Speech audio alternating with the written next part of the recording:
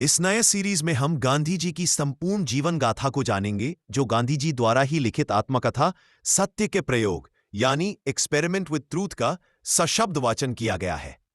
गांधी कुटुंब जान पड़ता है पहले पंसारी का धंधा करता था, पर मेरे दादा से लगाकर 3 पीढ़ियों से तो वो दीवानगिरी करता आया है। मेरे दादा उत्तमचंद गांधी उर्फ ओता गांधी टेक वाले आदमी रहे होंगे। दरबारी साजिशों के कारण उन्हें पोरबंदर छोड़ना पड़ा। वहां से जाकर उन्होंने जूनागढ़ राज्य में आश्रय लिया। उन्होंने नवाब साहब को सलाम बाएं हाथ से किया। किसी ने इस स्पष्ट अभिनय का कारण पूछा तो जवाब मिला, दाहिना हाथ तो पोरबंदर को दिया जा चुका है। ओता गांधी यानी मेरे दादा के 2 ब्याह हुए। पहले के मर जाने पर दूसरा हुआ। पहली पत्नी से 4 लड़के थे, दूसरी से 2।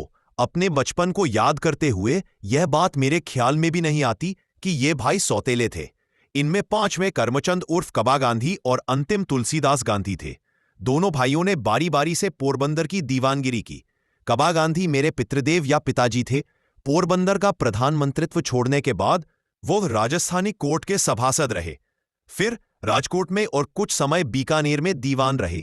मृत्यु के समय राजकोट दरबार के पेंशनर थे। कबा गांधी की भी 4 शादियां हुई थी। पहली स्त्री के मरने पर दूसरी हुई, इसी तरह तीसरी और फिर चौथी।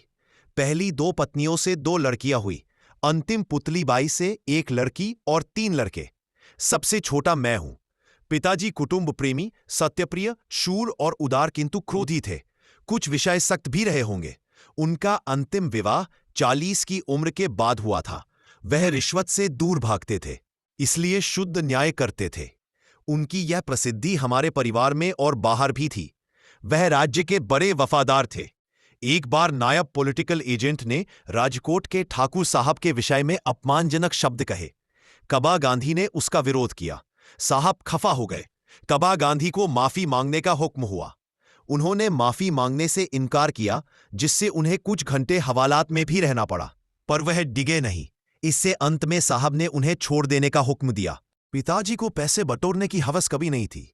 इस कारण हम लोगों के लिए थोड़ी संपत्ति छोड़ दे। पिताजी की शिक्षा केवल अनुभव की थी, जिसे आज हम गुजरात की 5वीं पोथी की पढ़ाई कहते हैं। उतनी शिक्षा उन्हें मिली होगी। इतिहास भूगोल के ज्ञान से तो बिल्कुल कोरे थे। आगे की जानकारी अगले वीडियो में प्राप्त होगी। यदि आपको यह जानकारी अच्छी लग रही है तो चैनल को सब्सक्राइब और वीडियो को लाइक कीजिए।